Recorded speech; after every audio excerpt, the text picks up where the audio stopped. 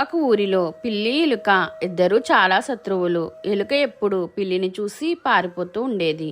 ఒకరోజు ఎలుకకు బాగా జ్ఞానం వచ్చిన ఒక వృద్ధ ఎలుక చెప్పారు, నీ శత్రువు నుంచి తప్పించుకోవడమే కాదు, ఎందుకు నీ శక్తిని ఉపయోగించి నీవు ఎలా నమ్మదగిన వాడవవుతావో చూపించవచ్చు. ఎలుక ఆలోచించింది. మరుసటి రోజు పిల్లి నీటిలో మునిగి ఊపిరిపోతూ ఉండగా ఎలుక వెంటనే దిగి పిల్లిని బయటకు లాగింది. పిల్లి ఆశ్చర్యపోయింది. నువ్వే నా ప్రాణాన్ని కాపాడావు అని అడిగింది. ఎలుక నవ్వింది.